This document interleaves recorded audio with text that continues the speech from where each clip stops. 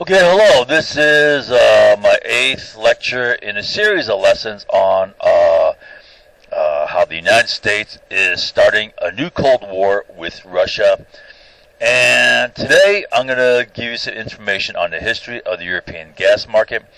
It's going to be a lot of information, and that the more information, that runs the risk of being highly vulnerable to attack, because if people do not retain this information, it is easily replaced and superseded by a social reality wave, which everyone is saying, which is simple, stupid, baseless, and it's often just, either a joke, a mocking joke, or a simple, easy to understand statement like, that's debatable.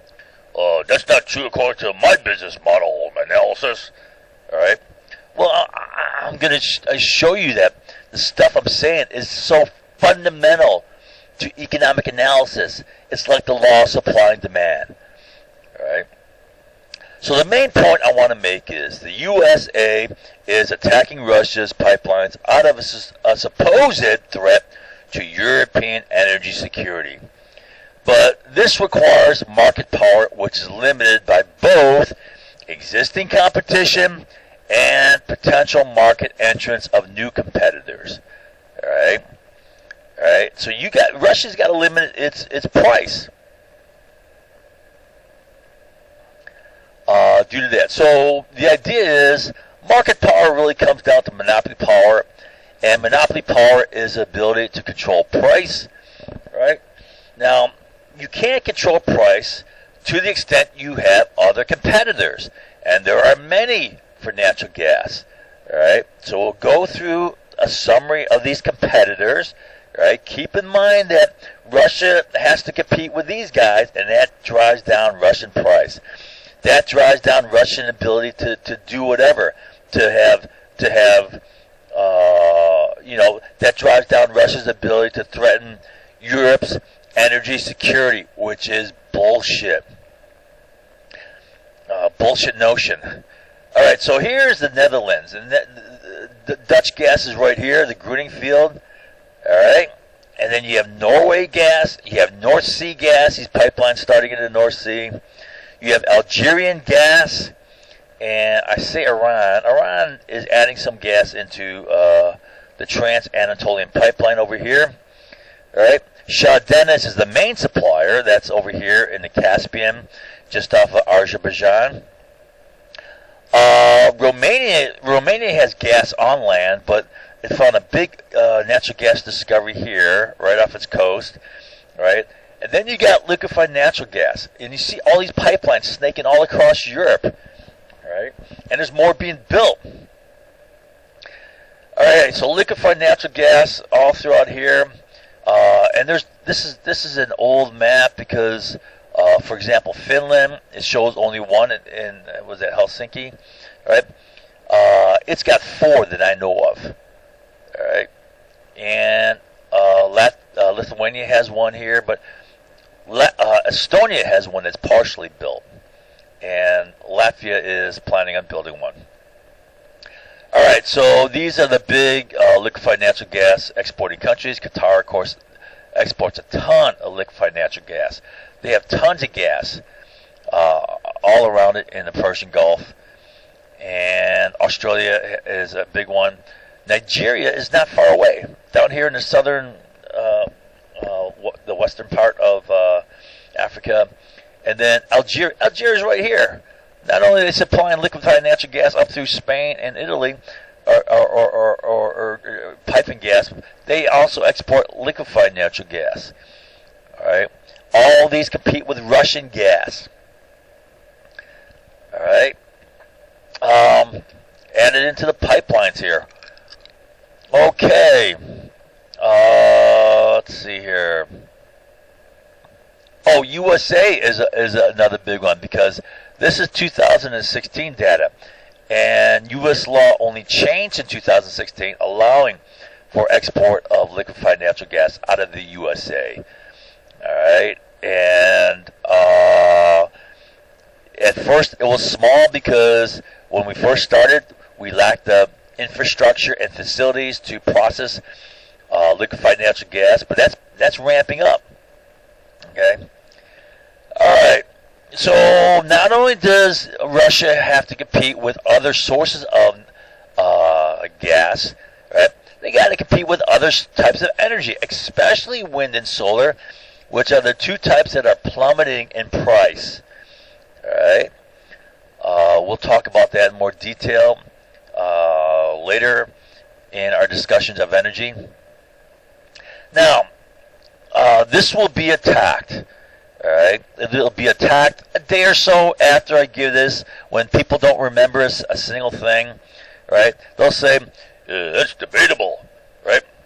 Not according to my business analysis. I mean, come on. Competition is a fundamental concept of economics, right? That is so established and fundamental that it is no different from the law of supply and demand. All right. You cannot debate this. All right. And then another thing I said the other day, which was attacked, was that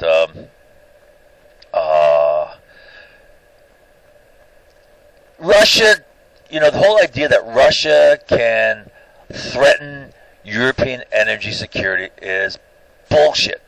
In that, if Russia does that, right? So the U.S. is applying these sanctions on the Nord Stream 2 and the Turk Stream 2, saying, "Oh, it's going to give Russia the ability to, manipulate and control Europe, right, politically and militarily by threatening their energy security." Oh, bullshit! All right, Russia threatens himself. If they threaten European energy security, what's Europe going to do? They're going to go to alternatives. Are alternatives available to them? Yeah. Right? Just liquefied natural gas. They'll pay a little bit more, right, as a security premium if Russia tries to threaten them. And what does that mean for Russia? They lose market share. They get screwed. So if Russia tries to put the screws to Europe, well, who gets screwed? Russia. I mean, that's just common sense. All right? Now, how are you going to debate that? Oh, not my analysis. Well, yeah. All right. Here's another way of looking at it. Right. Here's Ukraine. Here's Western Europe, further away from Russia. Europe has other access to gas. Ukraine had Russian gas. That's it. Right. Now, Ukraine, right next to Russia, totally dependent upon Russian gas. Russia could control Ukraine. Ukraine was screwing Russia by stealing gas coming through here. They're stealing extra gas, right? They're not paying for gas. They have big unpaid bills, and they're breaking contracts, violating contracts, right? So did Russia have, ability to manipulate and control Ukraine when it's right next door? Totally dependent. I mean, if it can't even control Ukraine, how do you think it's going to control, I don't know, Germany? France? I mean, come on.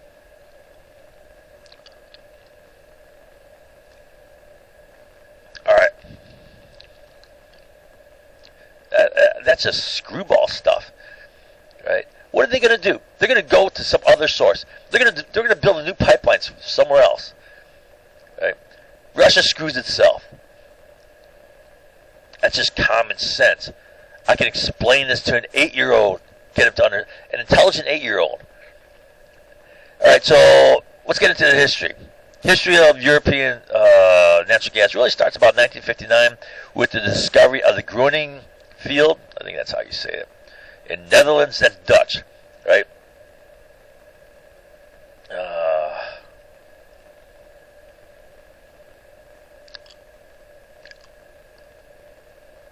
All right, here.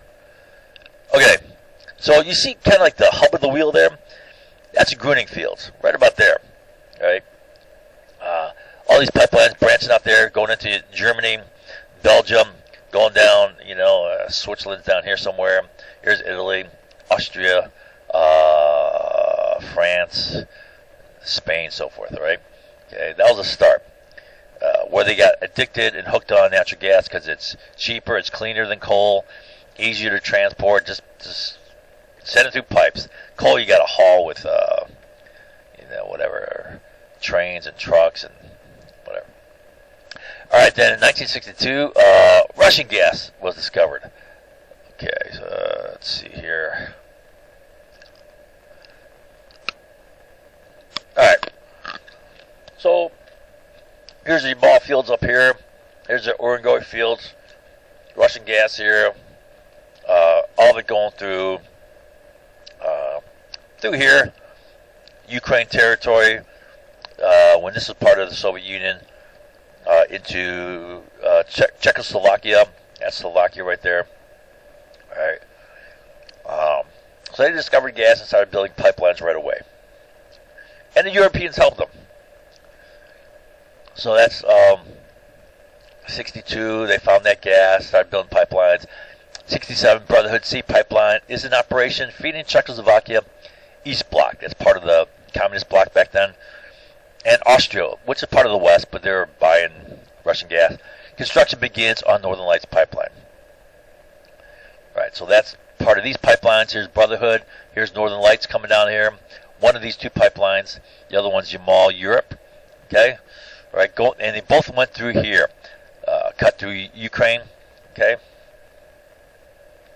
Okay. So Russian gas is going to Eastern Europe. And then in 1968-75, USSR signs 8 gas for pipe contracts with European nations: Austria, France, Italy, West Germany. So they're signing contracts with West Germany was here. This is East Germany over here. France, Italy, and Austria. Austria is right there. Okay.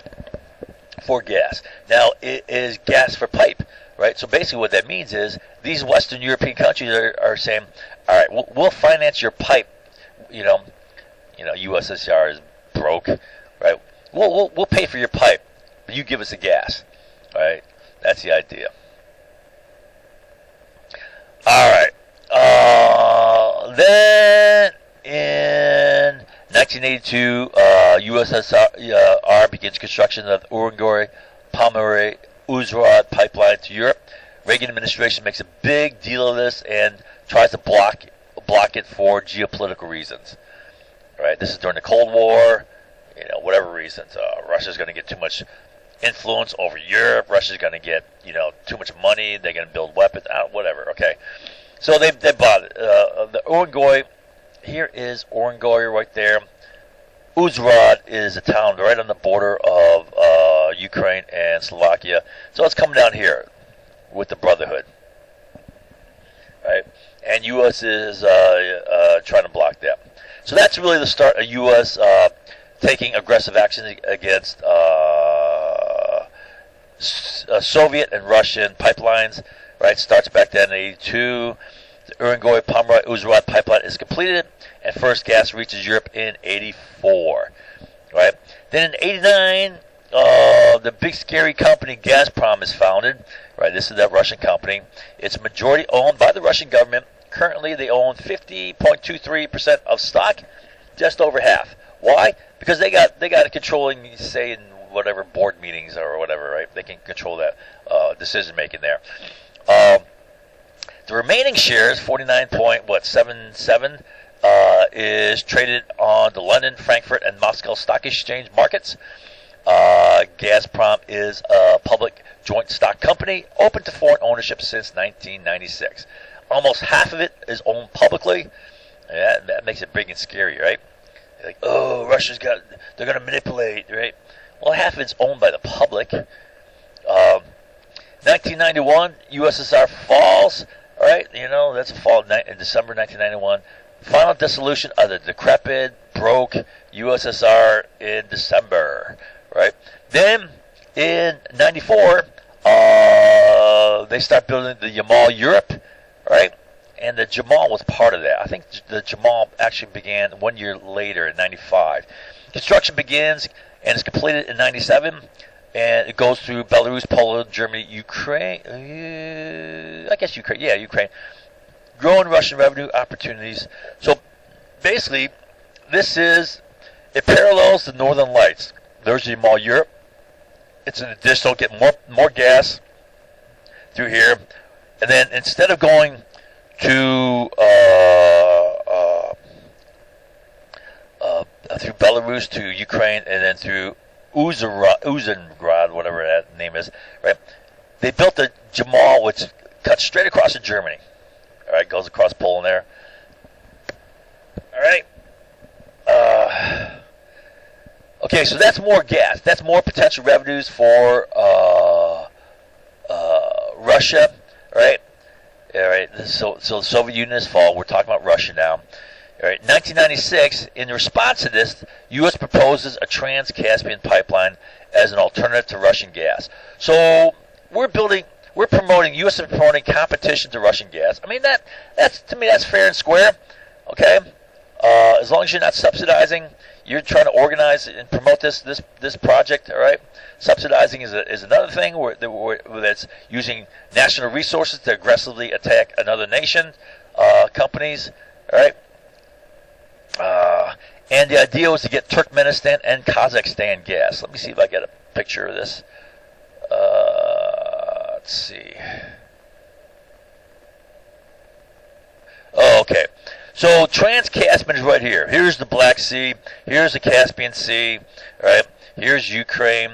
And the idea was to get this gas to Europe.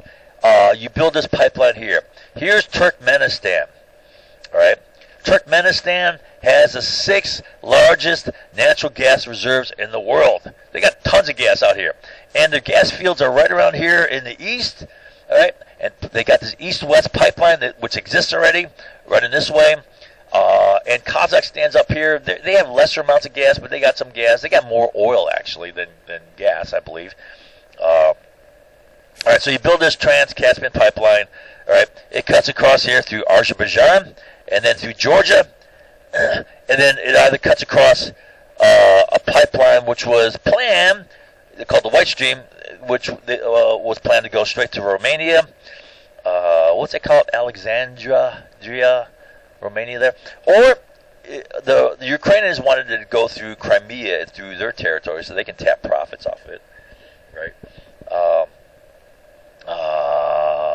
But as it is, there's a pipeline built across Turkey, which is the Anatolian Peninsula, so Trans-Anatolian Pipeline. All right?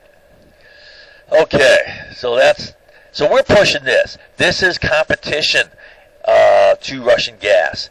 All right, we're pushing a competition. We don't want Russia to get too strong here as far as control of European energy security. So this would weaken it, and it did. Right? This exists already. It's one of the competition that weakens Russia's control. So 1999, Turkmenistan, Azerbaijan, Georgia, Turkey, and the United States agree on development of a commercial pipeline to sell gas from Turkmenistan through Georgia and Azerbaijan to Turkey and onto Europe. Right? Bechtel and GE do the feasibility study, right? And Trans-Caspian and Trans-Anatolian pipelines. All right, so I just showed you that. A key thing to keep in mind is whenever you see gray, this is mentioning of non-Russian gas that's going to go through Georgia, right? So whether the gas comes from here, Turkmenistan, whether the gas comes from Shah Deniz field here, it goes through Azerbaijan, Georgia, and then either through the White Stream or through the but it has to go through Georgia. That's why Georgia is critical here. You'll see that's going to be come into play coming up. Keep that in mind, going through Georgia. And then in 1999, the Shah Deniz gas field is discovered in the Caspian Sea off Baku, and that shelves the Trans-Caspian pipeline, at least momentarily. Right? That's going to depend upon demand. If demand increases enough and that exceeds capacity out of Shah Deniz, well, they'll build this. Okay? But the idea is they knew first that there's plenty of gas here. Well, let's get this pipeline built. But then they find gas right here. Shah Deniz field, just southeast of Baku, right, in the Caspian. Right? Well, why build this pipeline when you got gas right here, right? So just take it from here and come across, and that's what exists today. this gas coming through here is Shah Deniz gas. Plus some gas is coming up through the Persian pipeline from Iran. Right? Alright. Okay.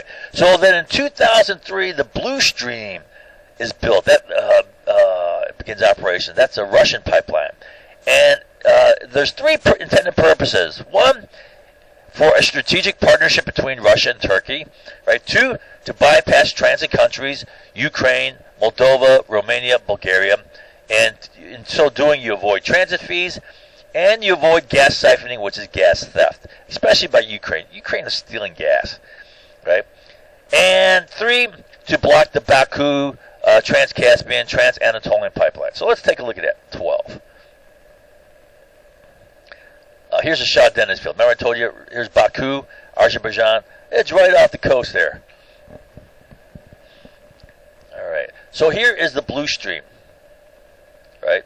Purpose of the Blue Stream is, well, the original pipelines went through Ukraine, Moldova, Romania, Bulgaria, and then to Turkey, back this way. All right. You see, for one, is a longer route to get to Ankara. That's their capital here. Well, instead, just cut straight across.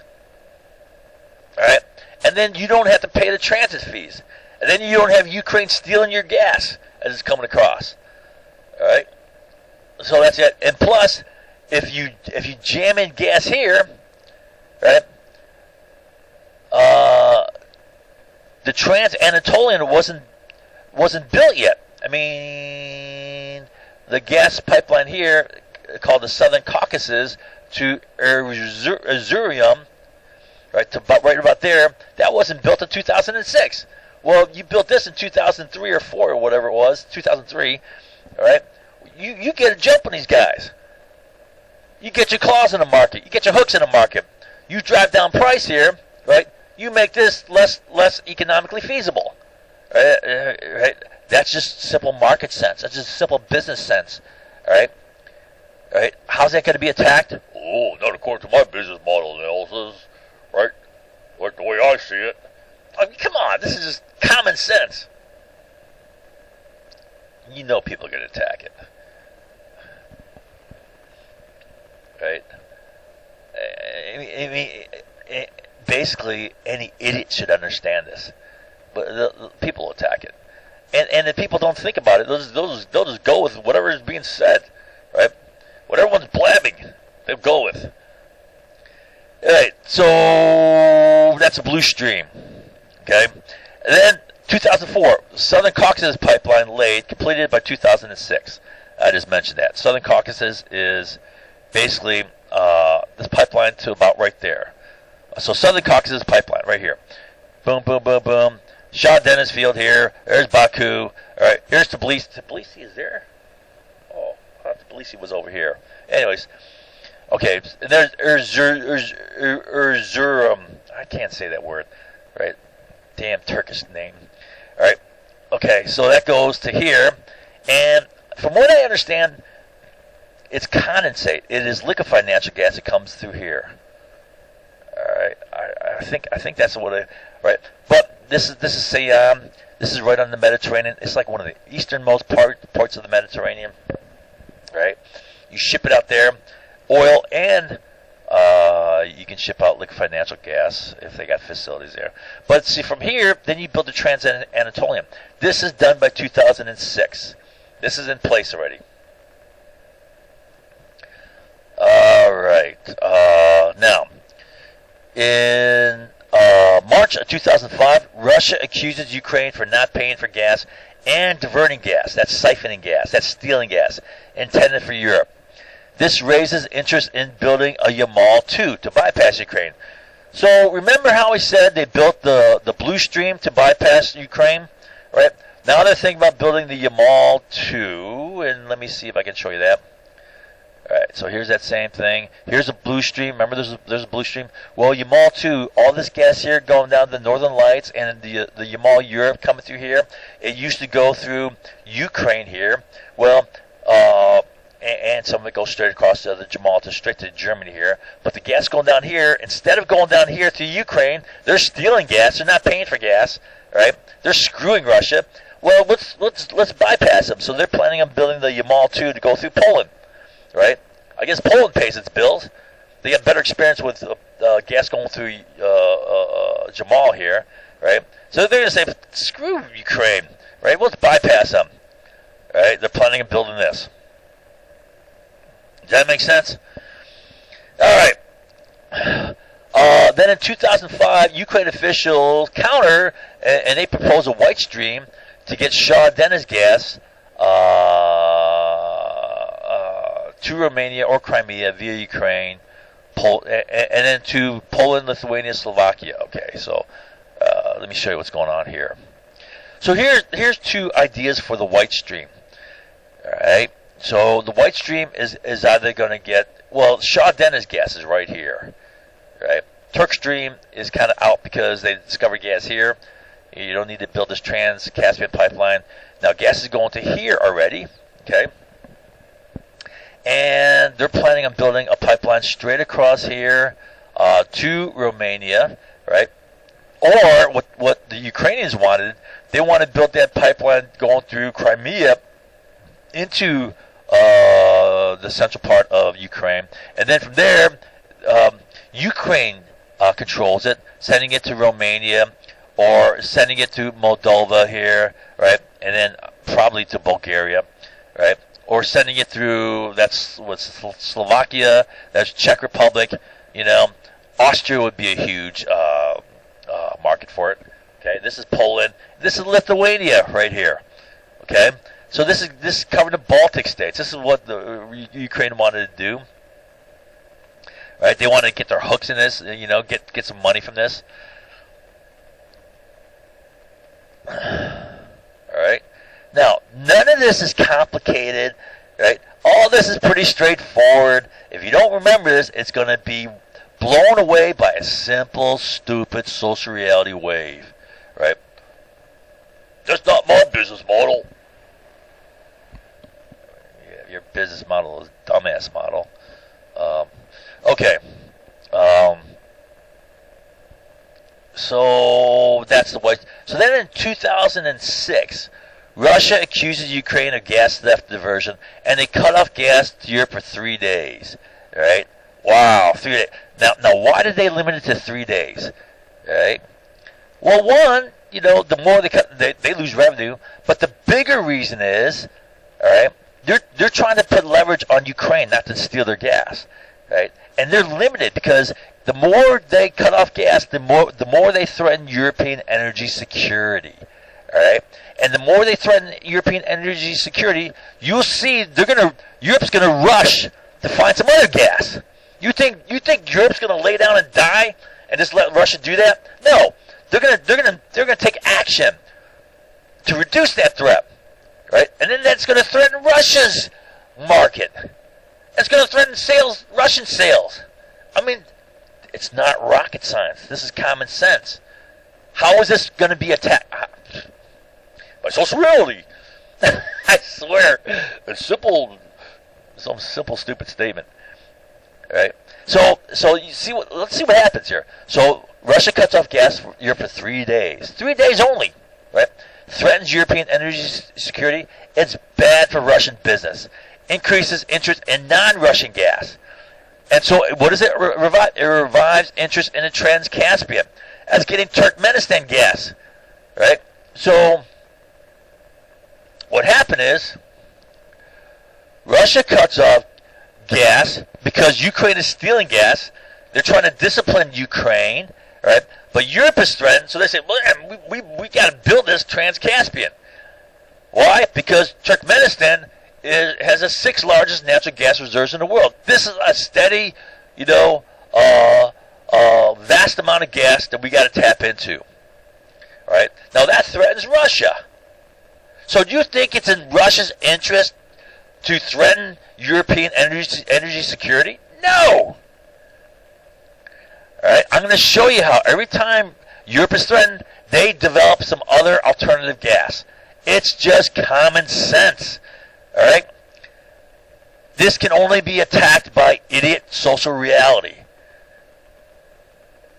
All right. Okay, so then in May of 2007, Russia, Turkmenistan, Kazakhstan signed an agreement to send gas to Europe via an expanded western branch of the Central Asian Center Pipeline, connecting with the Soyuz and Urengoy-Pomeroy-Uzhhorod pipelines. It's a Russian move to counter the Trans-Caspian.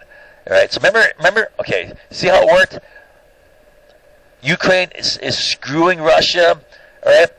So Russia finally responds and cuts off gas to try to discipline Ukraine, but it threatens European energy security. So they rush to push the Trans-Caspian project. When they do that, Russia counters by expanding this branch of the Central Asian Center Pipeline. All right. So let me try to explain this. Here's the Central Asian Center Pipeline. It's tapping into Turkmenistan. Remember the gas fields here are in the western or eastern Turkmenistan, right? So they're tapping in here. They're also tapping in Kazakhstan's gas, all right? All right. So now, what are they doing? Think about it. What is Russia doing? Does Russia need all? Russia has plenty of gas. Why do they need this gas? They're getting their hooks in this market. All right. I mean, this is my analysis, but it is just basic common sense. All right. If you expand access into this market, you have ability to increase or decrease your purchase of Turkmenistan gas. What does that do? That gives you ability to increase or decrease price, control price. All right. If you got an ability to control price, well, that's a disincentive for anyone else coming in because you can get screwed. Right. If someone else tries to come in to make a pipeline to make a profit off Turkmenistan gas, Russia can just jack up their purchase of Turkmenistan gas, drive a price, right? As you drive a price of Turkmenistan gas, that's going to cut into your margins here of anyone else. It's going to drive you out of business. So that's going to be a disincentive to dissuade people from tapping this. I mean, it's just common sense, all right? Now, that's going to be attacked. I don't understand that way. That's too complicated for me. What? That's not my business model. God. You watch it, that's going to get attacked.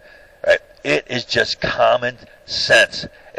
Not rocket science. I can explain that to an 8-year-old. As long as the 8-year-old's an intelligent 8-year-old. All right?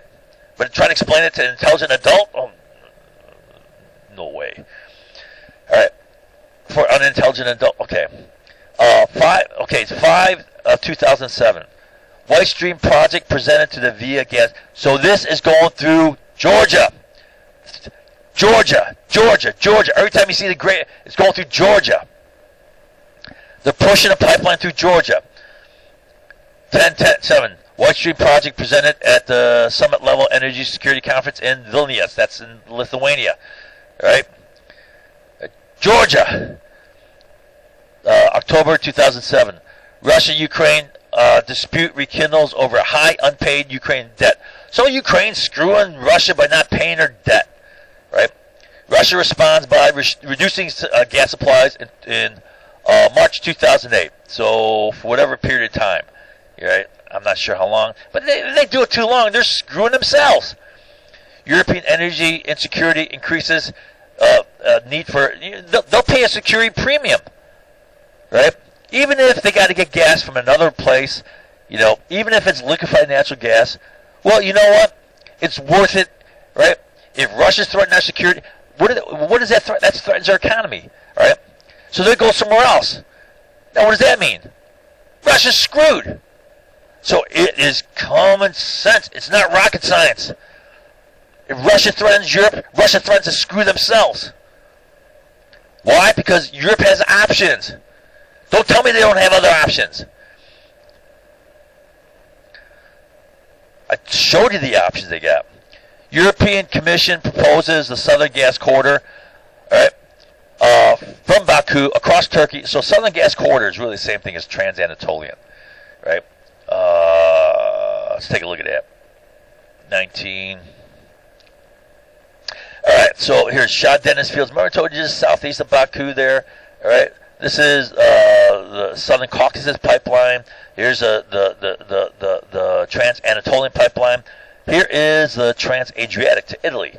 Right? There's also a pipeline going. It's called a BRUA, going through Bulgaria, Romania, Hungary, Austria. There's a planned pipeline going through, I believe, Serbia here, Bulgaria, maybe Serbia. That's called Eastring. There's another pipeline which I think they even started construction on the Ionian Adriatic pipeline to get the western part of the Balkans. Right? And that all these will feed. There's pipelines going through here already, existing pipeline network. All right.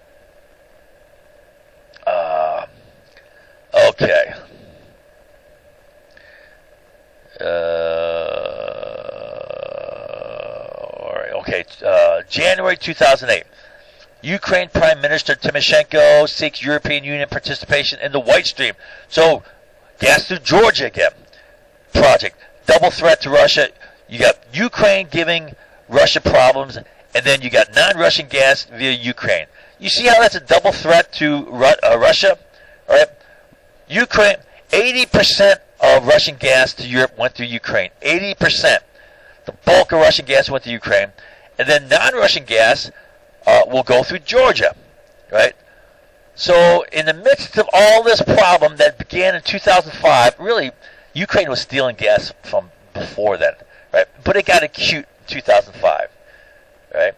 So between February and April 1st actually, April Fool's Day of 2008, both the U.S. Senate, U.S. House of Representatives passed resolutions calling for Ukraine and Georgia to get MAP. That's accelerated NATO membership, right? And then Bush strongly supports it.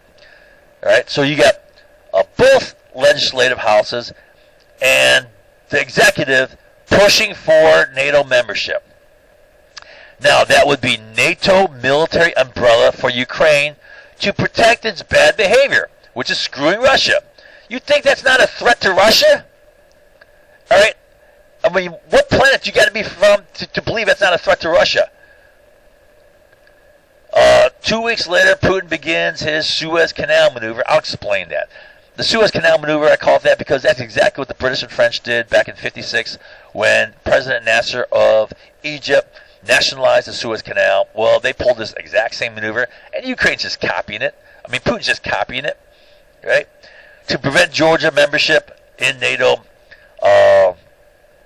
Okay, so let me show you. 19. Okay, I guess I can show you with this. All right. So most of Russian gas goes through Ukraine. 80%. I'll show you. It's a better map here. All right. So 80% of Russian gas goes through Ukraine here. All right. 80%. All right. The alternative gas would go from the Shah Deniz field here through Azerbaijan, through Georgia, then either through the White Stream or through the Turk Stream. Trans-Anatolian. Right. So Ukraine and Georgia are critical. Right. This is Russian gas. This is non-Russian gas. Right. U.S. proposes NATO membership for both Ukraine and Georgia. You think that's not a threat to Russia? I mean, what outer space planet do you have to be from to not believe that's a threat to Russia? All right. I mean, I could show this to a high school kid and they would get it. I could show this to an 8-year-old kid and they would get it. All right. So do you think they just randomly picked Ukraine and Georgia by accident? Right. So this is what's going on. All right. Let's say they're playing pin the tail on the donkey, right? It's like maybe like it's Thanksgiving or it's Halloween, and they're having a Halloween party, right? And they want to play pin the tail on the donkey, right? And so what they do is they say, okay, hey Wolfowitz, right? It's your turn, right? So what they did is this: they pinned the tail on the donkey. I don't know. They jammed the tail onto Wolfowitz, and then they put a blindfold on him. Then they gave him a handful of darts, right? Big wall map of the world map in front of him, right? Across the whole wall. Hey, throw him in this general direction. Well, he throws all the darts and they all hit ocean, or they hit the ceiling or hit the floor, right? None of them hit any land except one happens to hit Ukraine by accident. One happens to hit Georgia. You think that's how they picked them randomly, right? This is on purpose. This is to jam Russia with a threat, right?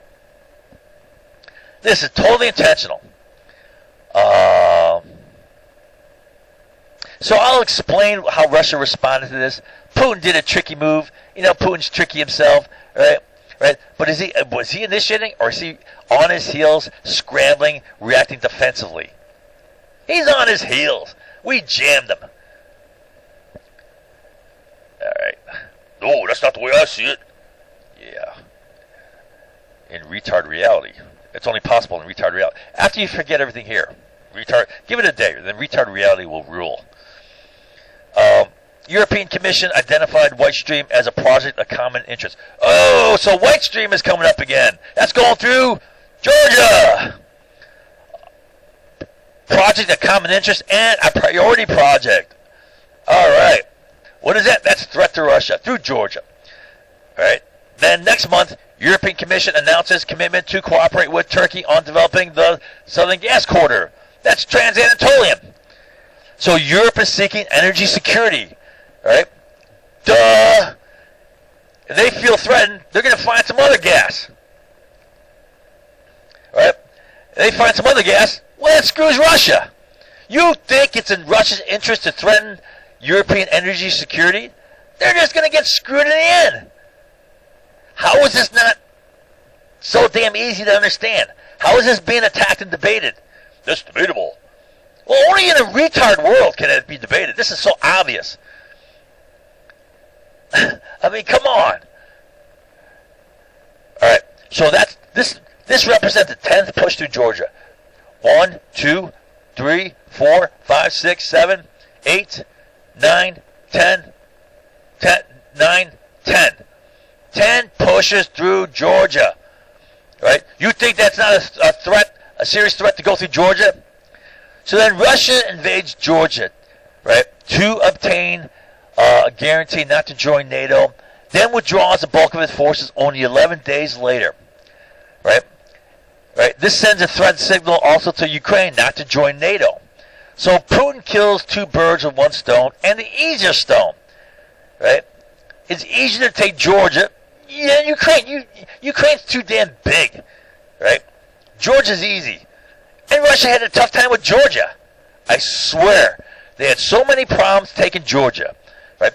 Equipment breakdowns, vehicle breakdowns, logistical problems, communication problems, lack of fire support.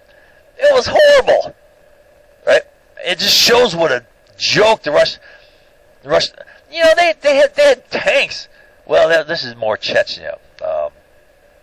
They lost to Chechnya in the first Chechen War. They lost a tiny province within their country, right? Russia got beat by Chechnya, and you know, part of the problem was their tanks are being whacked by RPGs, right? Why? Because their tanks lack reactive armor. Why? Because Russian soldiers stole the reactive armor, sold the explosives on the black market.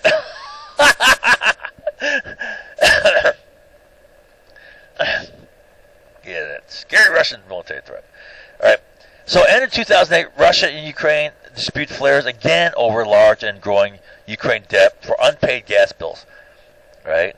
Then, in January of 2009, Russia reduces gas flow to Ukraine again, threatens European energy security. Bad for Russian business. Increases interest in alternative gas sources, even at a higher price. They're going to pay a security premium, right? And you'll see they're developing all sorts of alternative energy sources. And I showed you all the alternatives that they have now. So, 10 of 2009, Russia-Ukraine conflict flares again with Ukraine announcement that it will import less gas in 2010 than the contracted amount. All right. So what does that mean? The idea is Russia is giving Ukraine lower price so long as they buy a certain volume of gas, and they're going to break this agreement. And then in June of 2010, the Stockholm, Sweden Court of Arbitration ruled that Ukraine must return 12.1 billion cubic meters of gas to Russia, which they stole. So court rules that Ukraine was stealing gas. All right, evidence shows that they were stealing gas. Independent outside Western court here. Then in June of 2010, Russia and China announced that they will use their own currencies for bilateral trade instead of the U.S. dollar. The move is aimed to further improve relations between Beijing and Moscow and to protect their domestic economies during the Great Recession, right? And to not rely upon U.S. currency, right? But what is this? This is a threat to the U.S. dollar. This is petrodollar stuff, right? This is how the U.S. sustains dollar value and is able to keep making more money, all right? And then in 2011, Nord Stream 1 begins its operations, intended to bypass Ukraine and transit nations. Okay? Okay, so what is that? Where is Nord Stream 1 here? There's Nord Stream 1. Nord Stream 1 comes from here. This is Russia. Here's Finland, right? And goes to Germany. Okay, this is the Nord Stream 2, which I believe is either just recently built or about built. All right, so this is Nord Stream 1, and it's meant to bypass all these, not just Ukraine, but also Belarus. Right? Now think about it. All right, does Russia have a right to build this pipeline? I mean, if it goes across Belarus, they got to pay transit fees. If it goes across Ukraine, they got to pay transit fees. Right? They're saving money. Plus, Ukraine is stealing their gas. Well, do they got a right to do that? Yeah, why not? Right? Why should we attack this? Oh, it's going to be a major threat to European energy security. It's going to make them addicted. Right? Oh, bullshit. If anything, it's going to bring a cheaper price. I mean, that's why Germany's supporting this. It's going to bring cheaper gas over here. All right? Oh, you're threatening Europe with cheaper gas. Come on.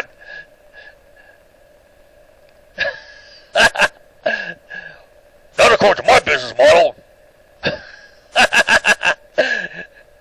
Yeah. Lunatic out from Mars business model.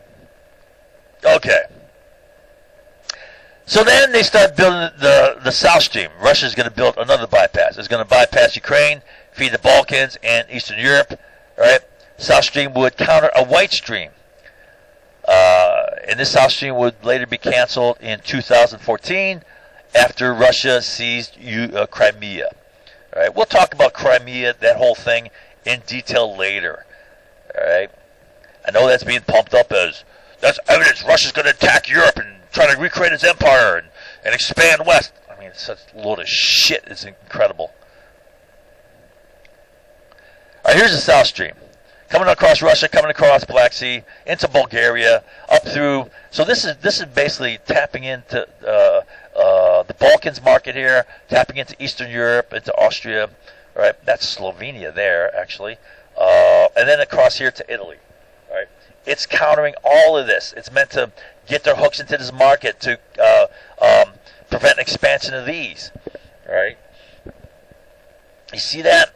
Right? If they can supply here, and the idea is if they can dump gas here, drive down price, well, that's a disincentive to build this. It's going to make this, less profitable, or even possible if they can drive down price enough, right? And that's also going to counter a potential White Stream coming across here. All right. Now, how are people going to attack that? I don't know.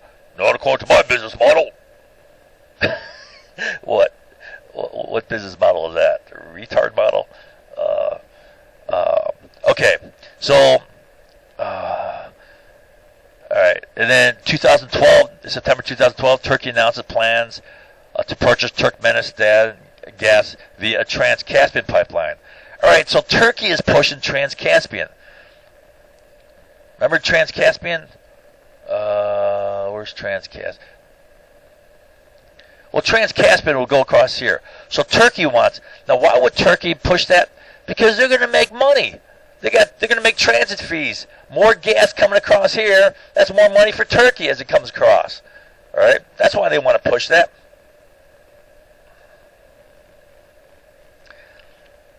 All right. And then in February 2014, you get the Ukraine Revolution. You had the Maidan protest. You get the Ukraine Revolution.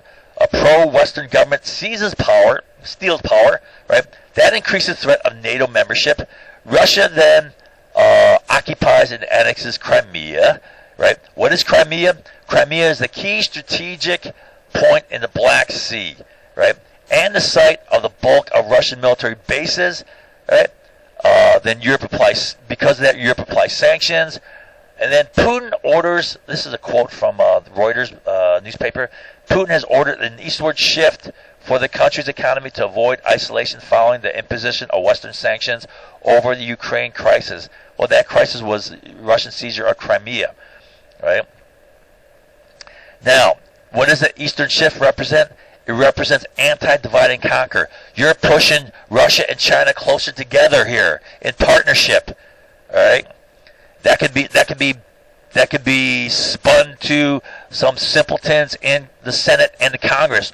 Oh, bigger threat. The CIA can feed that easily to some simpleton senators, and our congressmen and senators are not that smart. I swear, they'll buy it. Right, right, and that'll help fuel a new Cold War. South Stream is sanctioned and canceled. Remember the South Stream here? That's canceled.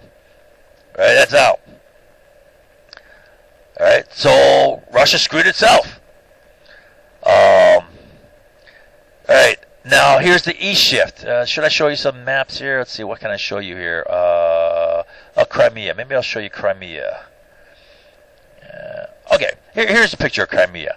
So here's Ukraine, part of Crimea since the 1950s. There was a vote, and the legitimacy of this vote is questionable because there wasn't a quorum, right? But they voted, and they gave Crimea to Ukraine. Now, Crimea has been part of Russia since 1783. All right, that's been part of Russia. All right, and it is Russian population, 80% Russian population, only 5% Ukrainian population.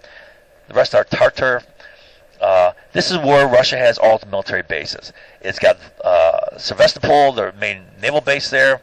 All right, it's got all sorts of air bases. It's got like 4 or 5 air bases. It's got like 4 or 5 missile bases. It's got a marine base. It's got a Coast Guard base. They got all sorts of crap here. Why does Russia pack its bases here? Well, it's the most strategic point in the Black Sea. This guards everything in the Black Sea. It guards access to the Sea of Azov.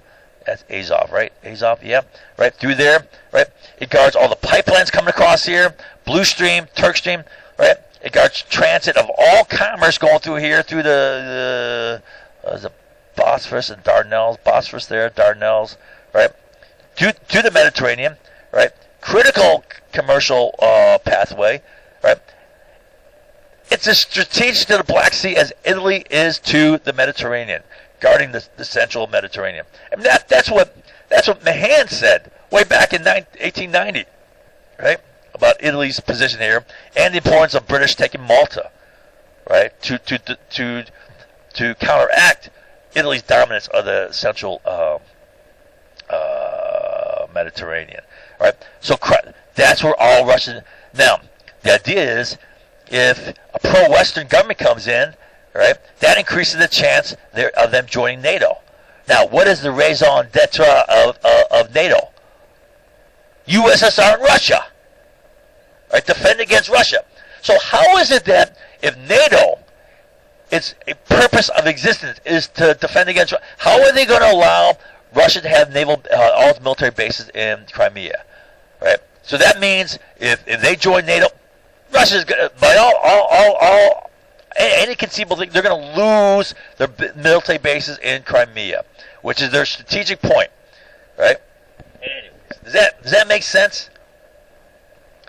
It was about Russia expanding. And what did they take Crimea with? A bloodless little overthrow, right? And they voted twice already, Crimean people, to get independence from Ukraine. They wanted to go. Anyways, we'll get to all that later. Right, little bloodless thing. Oh, that means Russia's going to expand, right, to Crimea. It means they're going to try to go into Western Europe. I mean, I can just see our U.S. senators and congressmen buying this crap. All right. If it's packaged with a dog and pony show by the CIA, well, they'll believe it. I swear. E-shift. All right, so here's the E-shift. Remember I told you, right? Reuters said about this, right? Well, sure enough, Russia and China signed a $400 billion contract, $500 billion for gas, right? Then they start building the Power of Siberia pipeline. It's at the following September. So this is being built. This is built already. Where the hell is it? Oh, there it is. Power of Siberia.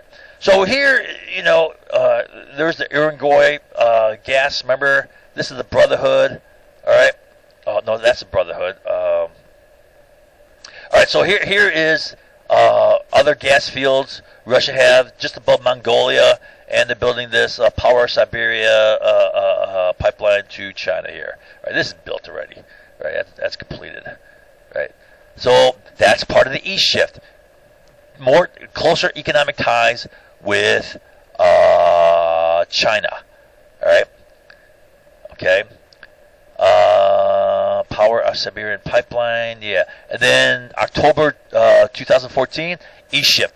Quote, Russia and China signed energy, trade, and finance agreements, including a currency swap worth 150 billion yuan, right? And intended partly to reduce the influence of the U.S. dollar.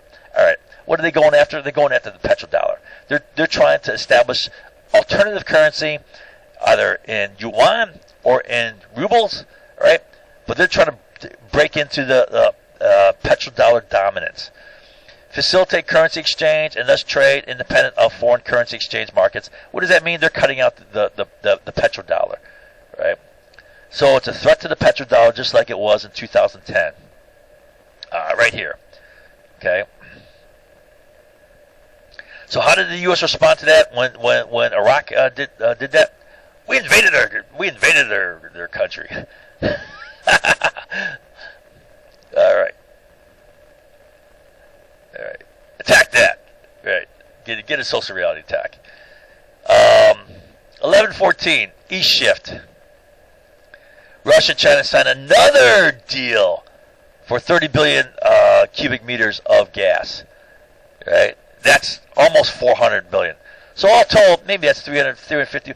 You're looking at $750 billion in gas deals alone, right? And then 2015, Trans-Anatolian Pipeline construction begins. That's Shaw Deniz gas, Shad, and Shaw. Shaw Deniz gas to Turkey, Italy, Europe, right? Also to the Balkans, too. 2016. Russia meddles with the U.S. presidential election. You got Hillary as a Russian bastard. Oh, I'm going to go after Russia. Freaking Hillary. Right? I never liked her. I voted for her. But I was really voting against Trump. I knew Trump was a bigger threat to our democracy. U.S. LNG exports begin. All right. So this is in February 2016. All right. Well, when they first began, they weren't much. Right. Volume increases with buildup of transportation infrastructure, not just transportation infrastructure, but processing infrastructure. Right. Because let me get to it here. So here are liquefied natural gas facilities. There's one in Maine. Looks like South Carolina, Georgia, Mississippi, Louisiana, Texas, Oregon, and Washington State. There's liquefied natural gas. So this is the Asian market, no doubt. This could be Asian going through the Suez Canal, right? and here's the European market. The Asian market is actually bigger than the European market for liquefied natural gas. You'll see in a second here. But you see how U.S. Liquefied natural gas export capacity has ramped up here, right? So the law changes right here. Okay, you can start exporting. I guess this was a law. I think this was a law that was passed during the Eisenhower administration. I know they passed a law against restricting export of oil because it's a national strategic resource, right? You're not going to export any oil out of the United States. That's the idea, right? And then I think it was applied to natural gas also. But now law has changed, right? With fracking, we got oil. With fracking, we got a lot of natural gas. Right, so a lot of export. You see how it's ramping up? You're getting steeper, right? It takes time, but it's going to accelerate, right? And this is going to accelerate based on what? Based upon the market, right? If you got capacity to sell, well, you're going to build. Right? And what does that mean? That means transportation pipelines. That also means facilities, because to export it, you got to. Let me see if I can pull up a picture of a liquefied natural gas tanker.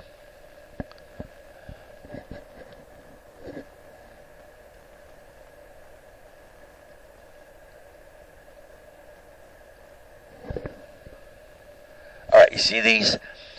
This is not gas.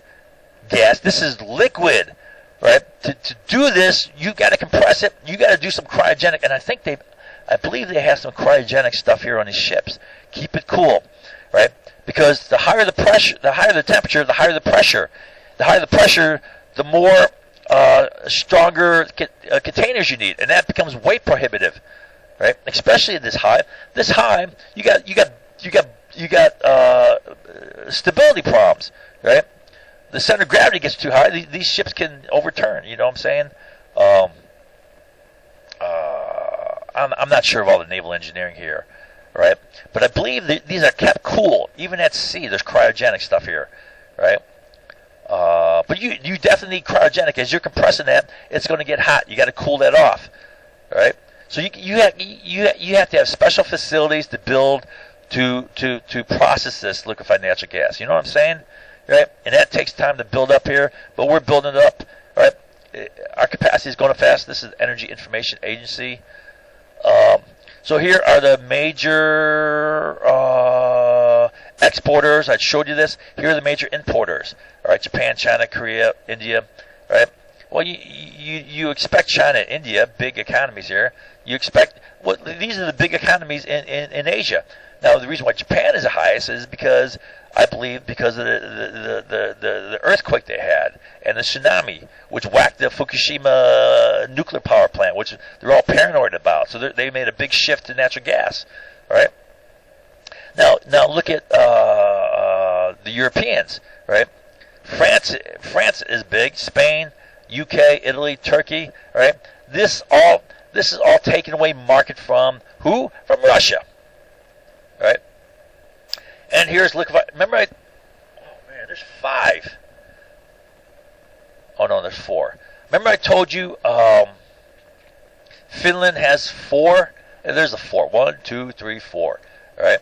Here's the one that's in Estonia. It's partially built, but it's running in some sort of financial problems. All right. I believe Middle East country has purchased this. Some Abu Dhabi country. For some reason, that's coming to my head.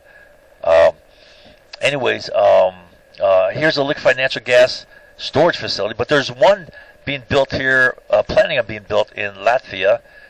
This one exists already, and they're planning an expansion, right? That's Lithuania, all right? Okay. Now, this is the part of Europe that is most under Russian leverage, right? Because it's the most isolated. All right, all this stuff. Remember, 59 is when they discovered the Gruning field here, and they branched out pipelines this way. Well, during that time, here's East Germany here.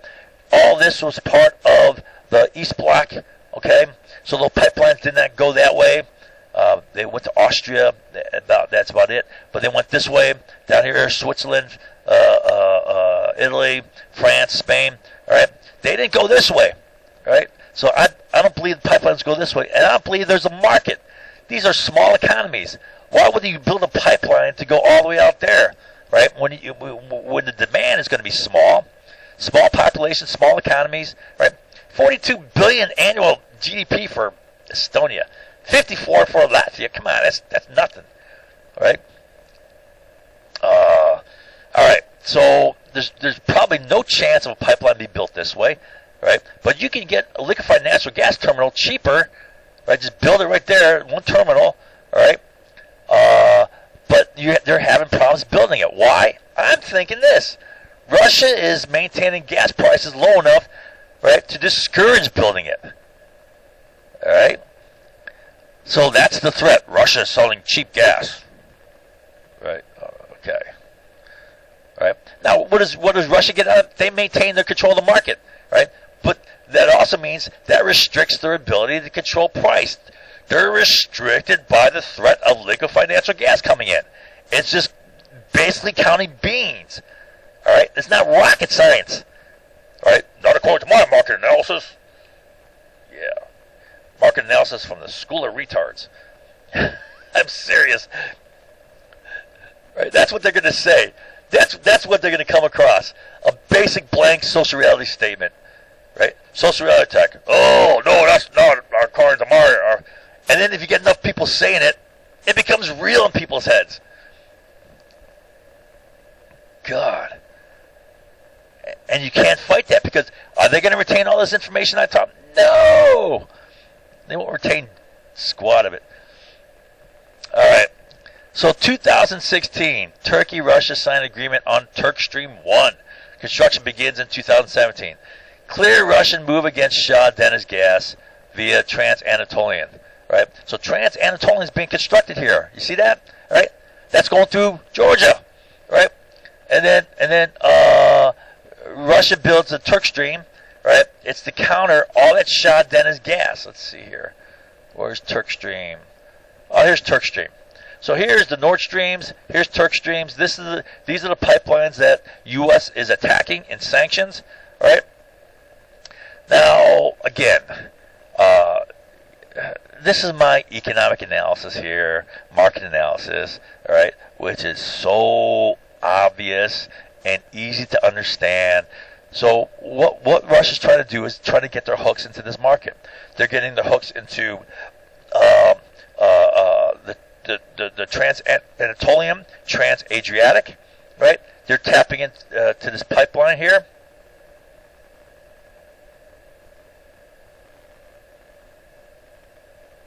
Well, they're tapping into this market, right? They're trying to tap into this market, and what they do is if they can dump gas into this market, well, that cuts profits for any gas coming across here, right? Okay, and they're trying to dominate the Balkan market. Well, good luck. I mean, you got Romania with its gas right here.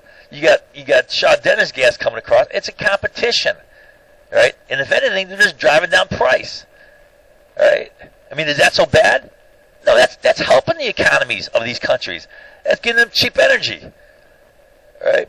Oh, they're threatening. That's a threat to Europe. Okay, my ass. How is that being sold to our congressmen and senators? All right.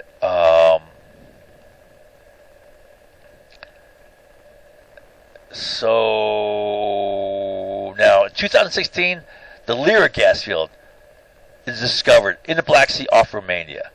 That's an ExxonMobil Carlyle Group project. Freaking Carlyle Group. That's a Bush company there. They're involved in that company. 2017, Russia supplying 39% of European gas. All right. And 2018, China launches oil futures contracts denominated in petro yuan, expand use of yuan, right? and increase its value. All right, helps Russia, Iran, Venezuela avoid U.S. sanctions. Okay, helps Saudi Arabia avoid U.S. dollar hegemony. Right, but what does this do? This threatens the petrodollar, creeping threat to petrodollar. Right. Remember I told you the incremental shifts, 2010, 2014. Now you got 2017. Right. Okay. Construction begins on Nord Stream 2, attacked by the U.S. House and Senate resolutions. Right. So this is part of the attack. Nord Stream 2 coming down from down here. Right. The other part is the Turk Stream 2, a second pipeline coming across here. Drua pipeline construction begins 2018. Begins to send Black Sea and Caspian gas to Bulgaria, Romania, Hungary, Austria. All right, so Drua pipeline. Let's see. Do I got a picture of the Drua pipeline? Turk Stream. Here's Black Sea. Right. This is the Romanian Constanta. Yeah, these are the Romanian gas fields. I guess this is their line of economic exclusion zone, right? So it's somewhere around here. Turkey found gas here. So that's coming online pretty soon. Trans-Adriatic. Okay, that's another thing here.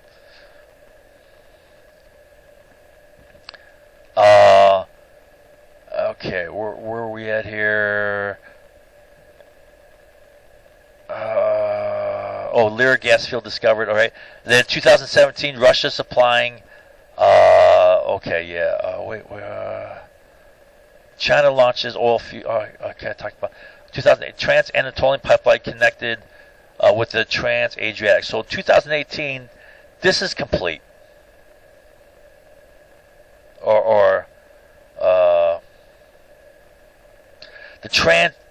This is called the TAP, Trans-Adriatic, going between the Trans-Anatolian. So now Shah Deniz gas is getting all the way to Italy.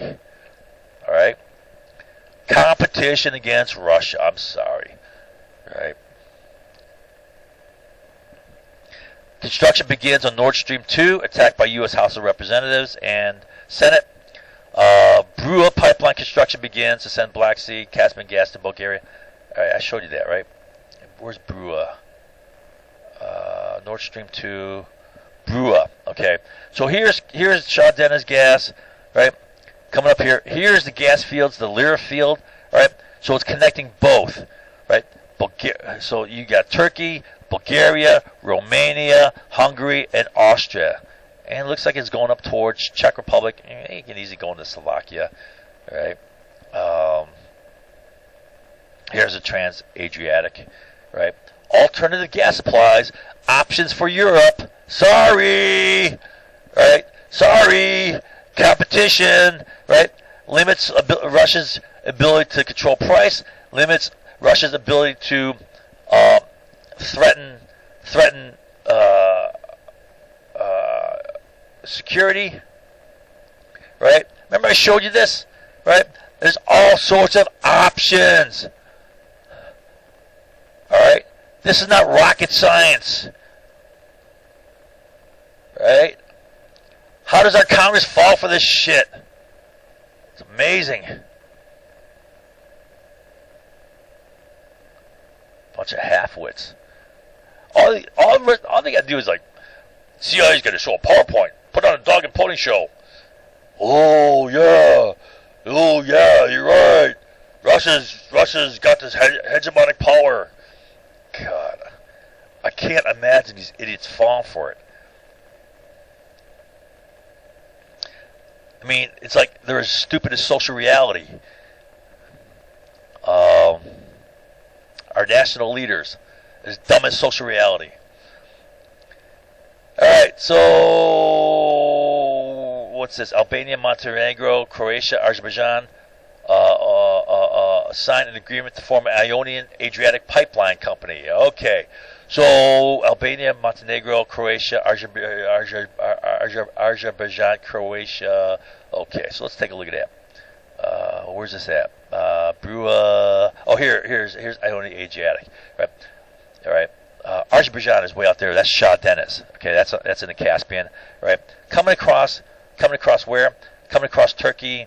Here is the Trans-Anatolian Pipeline. Here is the Trans-Adriatic, and then the Ionian Adriatic Pipeline comes up here, goes to Albania, Montenegro, and then Croatia's up here. Okay, Croatia is all along there. Wait, is that right? Yeah, I guess so. Huh? Croatia has all that coastline, right? Bosnia and Herzegovina there. Oh man, they're maybe they got a little bit of coastline. I don't know. I'm not sure the details there. But okay, so this is western. Plus there's an eastern pipeline here. Right? What the hell is this pipeline here? There's pipelines existing already here, right? Brua is going to tap in here. All right. That's being constructed or is complete already. I'm not sure what stage. All right. Very close. Okay. Nigeria export of oil and gas adopts petro yuan. So Nigeria is switching to the petro yuan. All right. Threat to the petrodollar. Yeah. So let's watch the U.S. do something to Nigeria. Turk Stream pipeline construction complete. First gas. So Turk Stream 1 is complete. Turk Stream 1.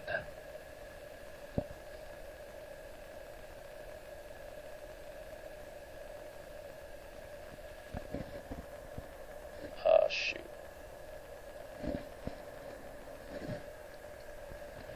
All right. Then on December 2018, the U.S. House of Representatives passes resolution supports Southern Gas Corridor and Caspian Gas while promote Ukrainian transit, stating Ukraine has spare capacity to equal the volume of Nord Stream 2. This is such bullshit. We'll go through all the arguments here. All right. I can't believe they sold this. All right.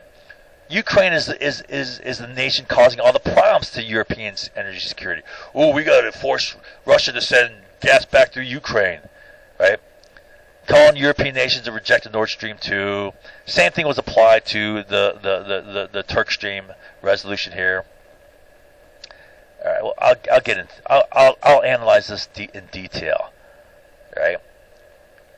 Only an idiot would fall for this, I swear. What does that mean? That means the majority in the Senate and the House are idiots, right? Who can't analyze jack, right? All right.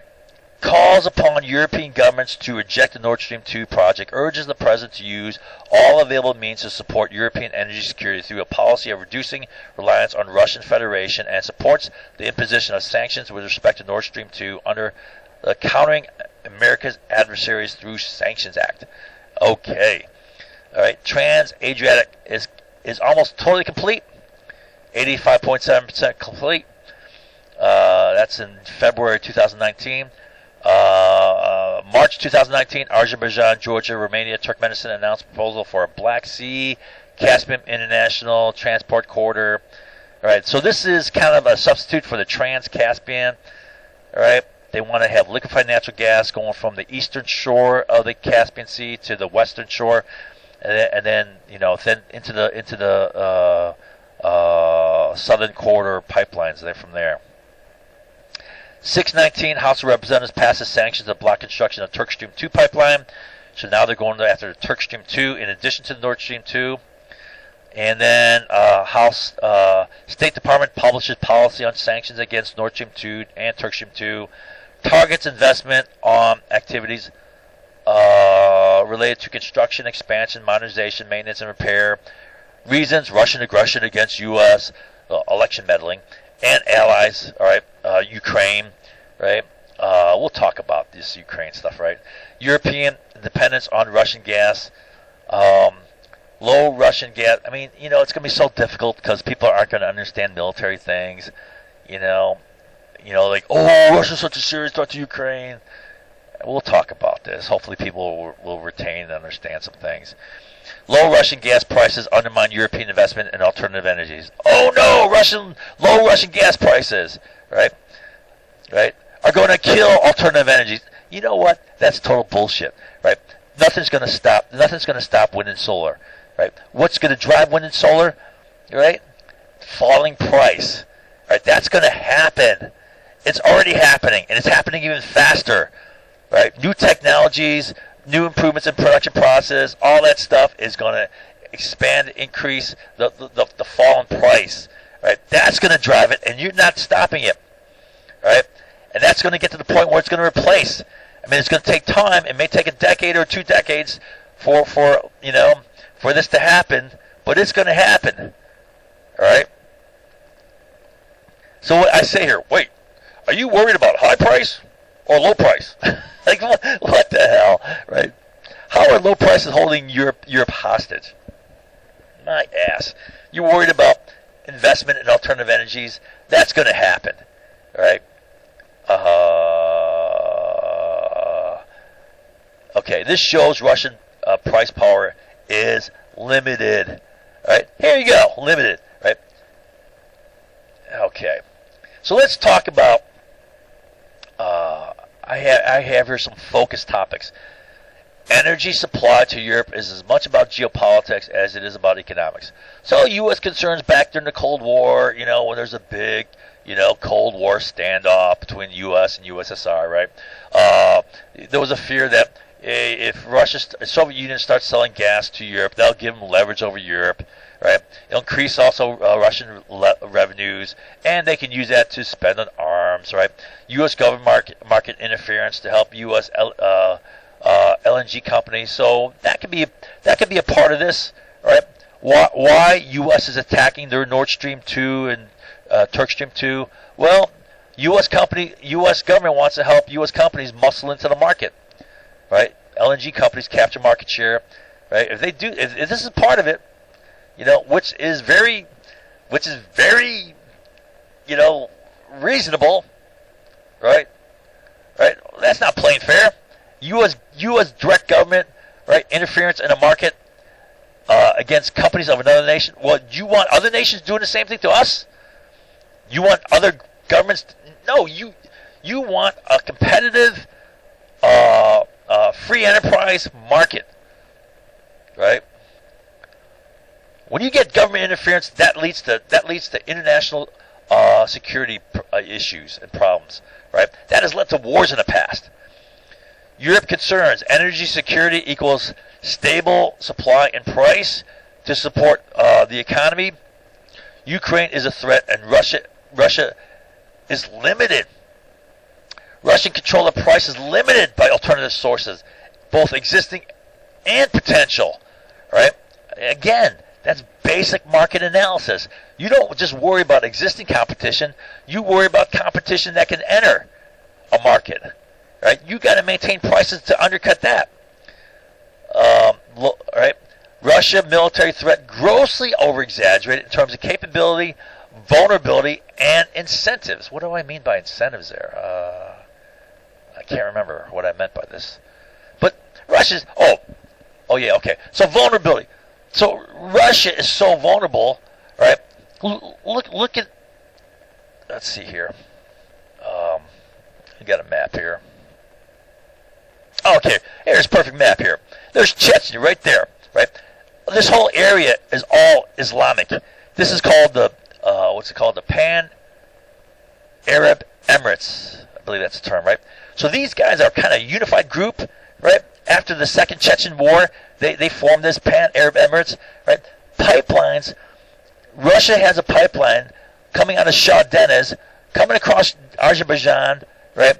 Into this Southern Caucasus area here, through Chechnya, right? And it comes out here, and it meets, I guess, where the Blue Stream comes out, right around there. Anyways, it hits the Black Sea coast here.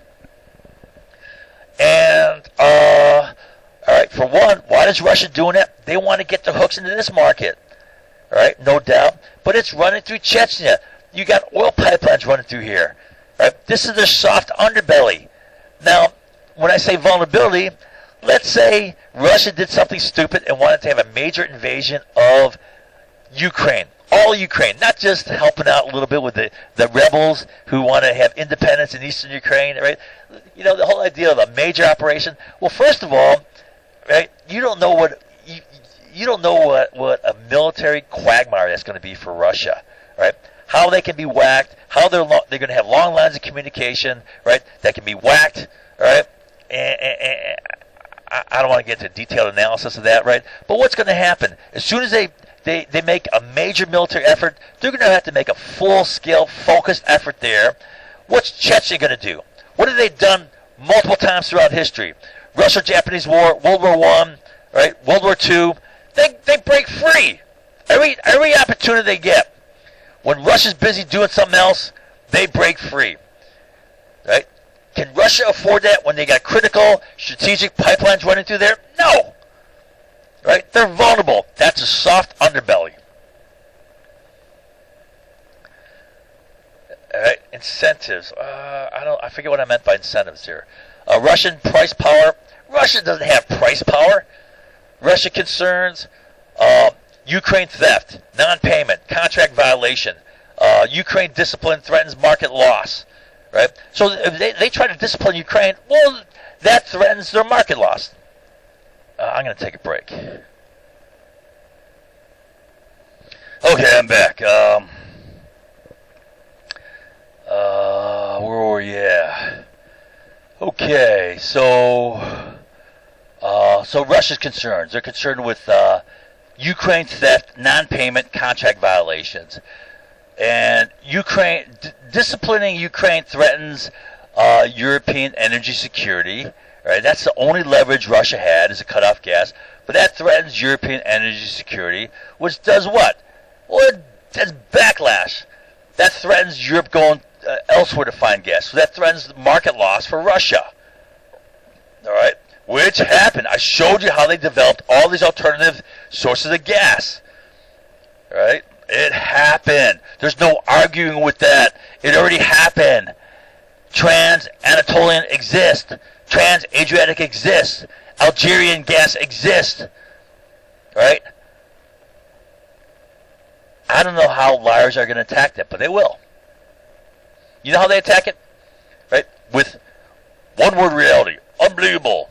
Or a 10-second little blurb. That's not my market analysis.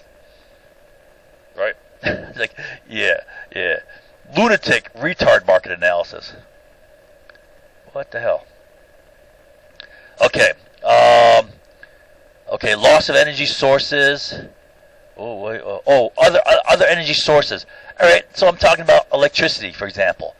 All right, Russia's got to compete with that. Now, the big thing they got to compete with is wind and solar. Right, that's going to drive down energy prices, right? Especially as the European energy grid unifies, especially as storage increases. Right. U.S. and European sanctions, right? It's getting whacked by U.S. and European sanctions. U.S. is continuing to install new sanctions against their Nord Stream 2 and Turk Stream 2. NATO expansion, right? NATO is expanding around them, and the threats expand further. Dutch disease and energy switch. Okay, I'll explain Dutch disease in a later lesson, but basically what this is right? This is a long-term threat to Russia. Their reliance upon export of hydrocarbons really guts other aspects of their economy. It stultifies, restricts development of other aspects of their economy. So when that goes, which is going to happen in the future, especially with as the price for electricity falls with solar and wind, right? They're going to be left holding an empty bag, right? So a combination of Dutch disease and energy switch to wind and solar, right? Okay, Ukraine giving Russia problems. So this is, every time you see purple here, that's Ukraine giving Russia problems, right? I don't want to go into this detail, but I have 5 times here. Stealing gas, diverting gas, but not paying for additional gas, right? Large unpaid bills, contract violations. You got the Stockholm court saying, yeah, they're stealing gas. Ukraine, you got to return 12 billion cubic meters of gas. So Russia's only recourse is to cut off gas to Ukraine and thus to Europe, which threatens European energy security, and they can only cut it off for 3 days at a shot. Right? Why? Because there's backlash against them. It incentivizes Europe to shift to alternative gas sources or alternative energies, and that threatens market loss for Russia. Right? Right? I mean, you know Europe's going to do that. Europe's not going to sit by and let their economies be destroyed. They're going to find some other security. Right? So Russia, the whole idea that Russia can threaten European energy security is a joke. Because they threaten themselves. Right? It's shooting themselves in the foot. Is that too hard to understand? I said that the other day, yesterday. How is that being attacked? It is common sense. Russian efforts to bypass Ukraine and other transit nations. So Russia's been doing everything it can to bypass Ukraine. U.S. wants to shove gas back through Ukraine. Well, Ukraine is the source of the threat to European energy security because it's screwing Russia.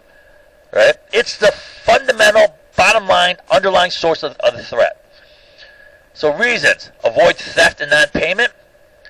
Okay? So Ukraine's stealing gas and they're not paying for gas. They're breaking contracts. Avoid paying transit fees. Right? Well, does Russia have a right to do that if they can? Well, why not? Right? Right? Oh, we're going to throw sanctions against you. Disciplining is limited by market loss. So their ability to discipline, right, is limited by market loss. So they gotta just bypass, right? 2003, Blue Stream. They built the Blue Stream to bypass Ukraine, Moldova, Romania, Bulgaria. Right? That's going. Instead of going around this way, they're going straight across the Black Sea. 2005, with Ukraine diversion of gas, Russia considers Yamal 2. That's to bypass Ukraine, go through Poland. 2011, Nord Stream 1 begins operations bypassing Ukraine, but also Belarus and Poland. 2012, construction begins on South Stream to bypass Ukraine, but is canceled due to the sanctions of 2014 after Russia took Crimea. Right? Whole idea was to tap into the Balkan market, possibly cut off a potential White Stream. All right, 2018, Turk Stream pipeline completed to bypass Ukraine. Right? Now they're planning on building a Nord Stream 2 and a Turk Stream 2. Right? Big reason is to bypass Ukraine. Okay, so let's take a look at the history of U.S. efforts to attack Russian gas. Right? Goes way back to 1982. Remember that? Reagan administration tried to block the Urengoy-Pomeroy Uzhhorod pipeline gas to Europe.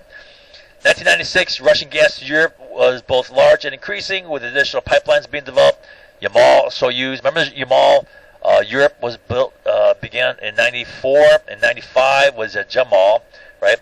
Given this, U.S. proposes Trans-Caspian pipeline to supply Europe with Turkmenistan gas. 1999, U.S. signs formal agreement with Turkmenistan, Azerbaijan, Georgia, Turkey for Trans-Caspian pipeline. Right? Bechtel and GE do the feasibility study. Right? We're pushing that. That's non-Russian gas. U.S. has been meddling with Ukraine politics since at least the 2004 Orange Revolution through pro-democracy NGOs and spent $5 billion in support, according to Assistant Secretary of State for Near East, Victoria Nuland, to help Ukraine attain its European aspirations. Right? That's what she said. What does that mean? That means pro-West. Right? A pro-West government. Ukraine, theft of gas and non-payment becomes acute, 2005, 2008. Russian discipline is short-term cutoff of gas, 3 days, right? Threats to bypass Ukraine. Also, Ukraine counter-threat with the White Stream pipeline, which would be a straight shot for Caspian Turkmen gas to Europe. Europe pushes the White Stream and Southern Gas Corridor, that's the Trans-Anatolian, both of which go through Georgia. Then in 2008, the U.S. Senate, House, and President Bush called for Ukraine and Georgia to join NATO. Right? You know that's directly jamming Russia with a threat. If you can't understand that, I mean, I don't know. There's serious mental deficiencies going on here, right? Which threatens increase Ukraine bad behavior while protecting Caspian non-Russian gas. Russia invades Georgia, portrayed as Russian military aggression, right? But it's a defensive move. They backed out right away. If it were offensive, they would have taken those pipelines. No, they backed out right away after they got Georgia guaranteed not to join NATO. Total defensive move, right? In response to a U.S. Threat, right? Don't tell me that's an accident. Don't tell me they randomly just picked Ukraine and Georgia to push together. 2014, U.S. has spent $5 billion to help Ukraine attain its European aspirations. The Maidan revolutions, right? The pro-West movement overthrows the government and installs a pro-Western government, all right, substantially increasing the threat of NATO membership, with Russia still dependent upon gas transit through Ukraine. 80% of Russian gas went through Ukraine, right? And Ukraine is screwing Russia. You want to give Ukraine NATO military umbrella? You think that's not a threat to Russia? I mean,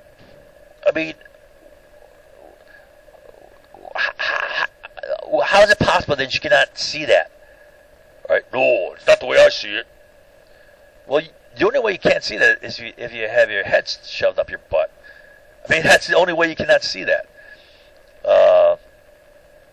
It's dark and cozy in there for you. All right. U.S. effort to block USSR Russian gas and or promote alternative, right? NATO membership for Ukraine threatens to exacerbate their theft and non-payment. Okay. Russia would also lose Crimea, the most strategic point in the Black Sea, and the bulk of Russian military bases in the vital Black Sea area. Right? That's strategic for multiple reasons. 2018 U.S. House resolution attacking Nord Stream 2, promoting Caspian gas and Southern Gas Corridor, promoting gas transit through Ukraine, calling for European nations to reject the Nord Stream 2 project, sanctions against developers of Nord Stream 2. Then in 2020, there's a bipartisan group of senators proposing expanding these sanctions to insurers, financiers, construction companies. Right? They're tightening the noose, basically.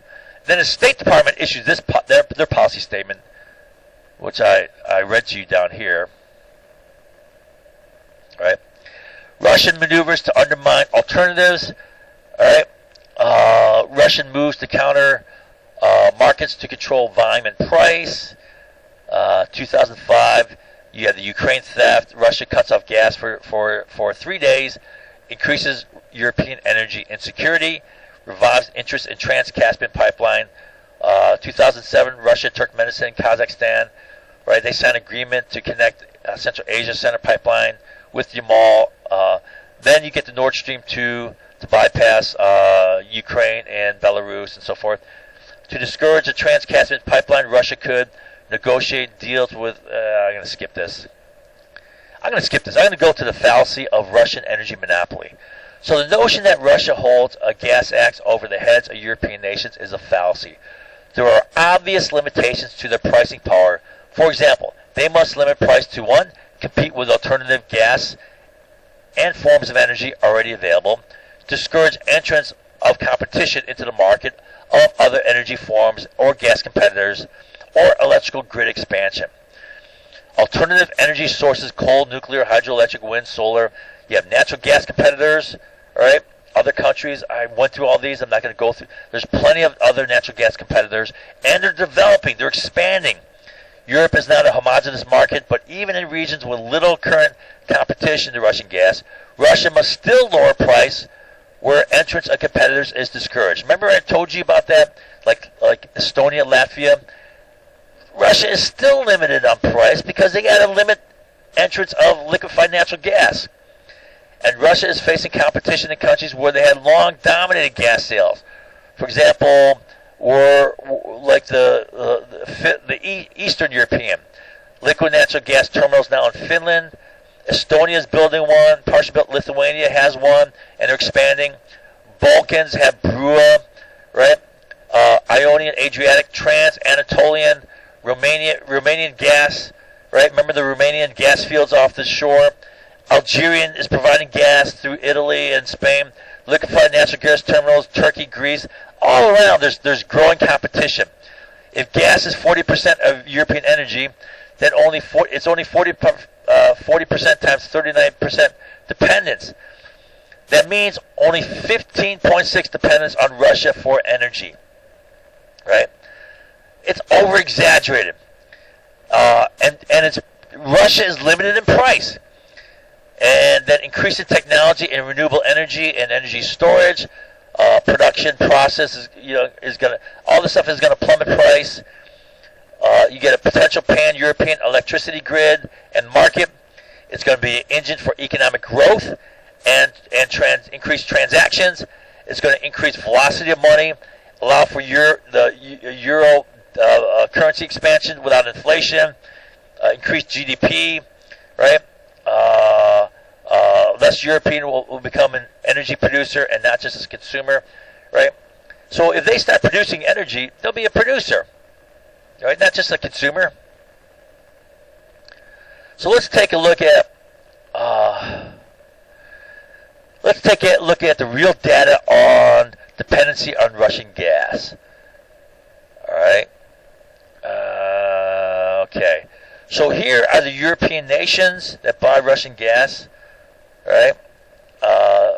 All these. This is a percentage of Russian gas. Now this is old data. Right. It doesn't show the loss that they've sustained already. For example, Finland. Finland has 4 liquefied natural gas terminals. 4. All right. Don't tell me they got 100% dependence on Russian gas. They don't anymore. Look at Bulgaria. 97% bullshit. Bulgaria is right next to the Trans-Anatolian. Right? Bulgaria is right next to Romania. They're building the Brua pipeline that connects both the Trans-Anatolian and Romanian gas. Don't tell me they got 97% natural gas dependence. Right? This is changing rapidly. Right? But now if you look at where are these countries, where's the high dependence? They're all Eastern European. Right? Okay? They're all concentrated in the Far East Europe. All right? They all have small GDPs. All of them are small. Right? The biggest is Hungary. But that's still small, 290 billion. All right? That's small as a nation. All right? That's 1/10 the size of Italy. Italy's not a powerhouse, right? All right. As far as percentage of GDP, it's not a big percentage of GDP. So the sanctions say, oh, all these countries are so dependent, right? Okay. So they're all small GDP countries, right? All concentrated in the East, and all of them have alternatives now. Right? So let's go through the alternatives. Right? Finland is building more liquefied natural gas terminals. They got 4. Estonia has a liquefied natural gas terminal, although it's not complete. Right? Latvia has plans to build a liquefied natural gas terminal with a South Korean company. Remember I told you about that? Remember my joke? I said it's going to be probably a pretty good liquefied natural gas terminal. Not because South Korean are good engineers, as proven by Hyundai Corporation, which builds good cars that competes with the best cars around the world, right? But because they got Gangnam style, right? And they can pretend gallop a horse, imaginary horse, right? That's why they'll build a good terminal there, right? Okay. Lithuania has a liquefied natural gas terminal, and they're expanding it.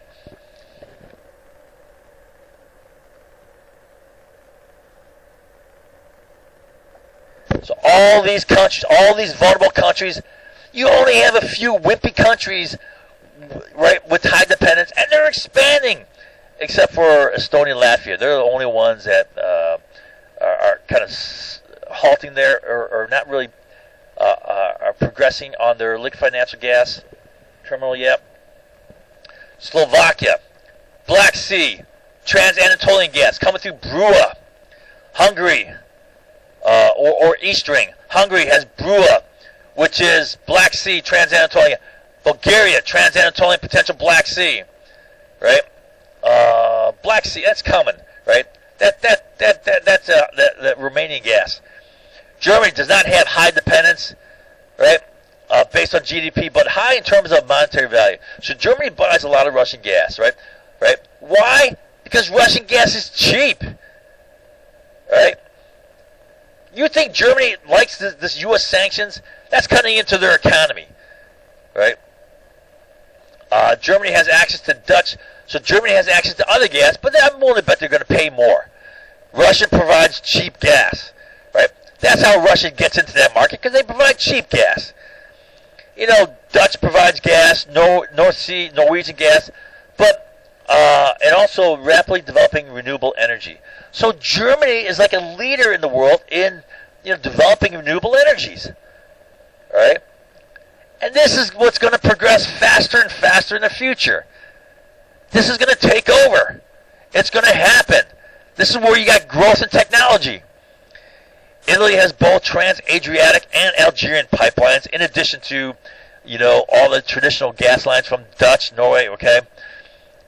And they all have alternative energies. They have electricity, whether it's coal, nuclear, whatever, right? Hydroelectric.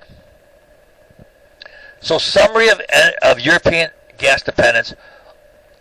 Now, only 8 nations depend on Russian gas, over 66%.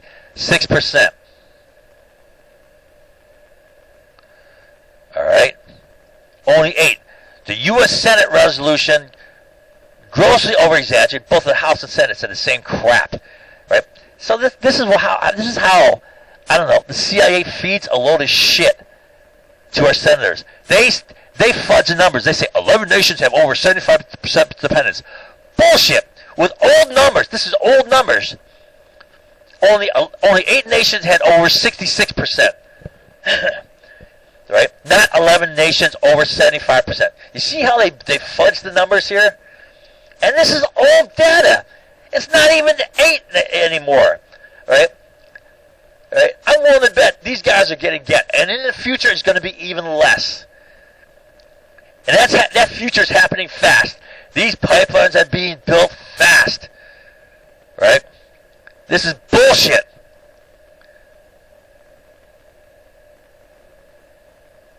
This is the type of crap they feed in social reality. Retards who don't do any research, don't look up stuff, they'll just be fed, oh, yeah, it's such a threat, because that's what everyone's saying. That's as much as they'll know. Everyone's saying it. All of these 8 nations are Eastern European countries with very small GDPs, plus they all have alternatives, except for Estonia and Latvia. Wow! Estonia and Latvia are hanging out on a limb, but do they have an alternative? Yeah! They got liquefied natural gas, right, as potential. But that's still keeping on price, which is probably why they're balking on liquefied natural gas, because Russia is threatening with low price, right? Oh, what a threat! Russia's selling cheap gas. That's hurting Russia's profits, but, at least they keep something, right? Right? Only Germany and Italy are major importers of Russian gas with large GDPs. Although Russian gas imports represents a small portion of their GDPs, right? About 1.8% both, right? Plus, they have alternative sources, plus they have both access to high technology, which is going to mean growth in wind and solar and falling prices. That's the future. All right? Just look ahead a little bit. 5 years, 10 years. I mean, not even 10 years. Just look at 5 years. All right? Furthermore, all these countries have alternative sources of gas, more being constructed. They have access to other energies. There's other alternatives. There's Middle East possible. There's Israeli gas possible. There's Turkey gas now in the Black Sea. In no possible way does this represent Russia's stranglehold over European energy security. Plus, Russia threatening Russia threatening Europe's energy security only spells their own demise, their own doom. Europe's going to race to other sources of gas and energy, right? How does anyone not see that? You have to be mentally retarded, all right? I'm serious. Mentally deficient. It's not complex. Oh, but social reality will say otherwise. Social reality said, no, that's bullshit. And if everyone says that, that's real. Because everyone says so. Bullshit. That's not my market analysis. That's not my business model. What is your business model? The opposite of what you said. What did I say? You know they're not going to retain a single thing of what I just taught. All right? That happens all the time. I'm sorry. All right? I don't want to end on such a down note, but that's true. They're not going to retain squat. So the whole purpose of this lecture was to show you, give you background on the developments in the European gas market. All right? To show that, hey, it's bullshit. This whole idea that U.S. is attacking Russia's gas pipelines because, you know, Russia holds a gas axe over European energy security. Oh, bullshit. But that's exactly how they're going to attack it. Well, you're bullshit. Why? Because what you said is not true. What did I say? You know they got nothing. They retain nothing. And how do you fight that? You can't fight that. It's not like you can shove a funnel in their ear and jam it down their head so they retain it. They won't retain it. Right? All they have is social reality.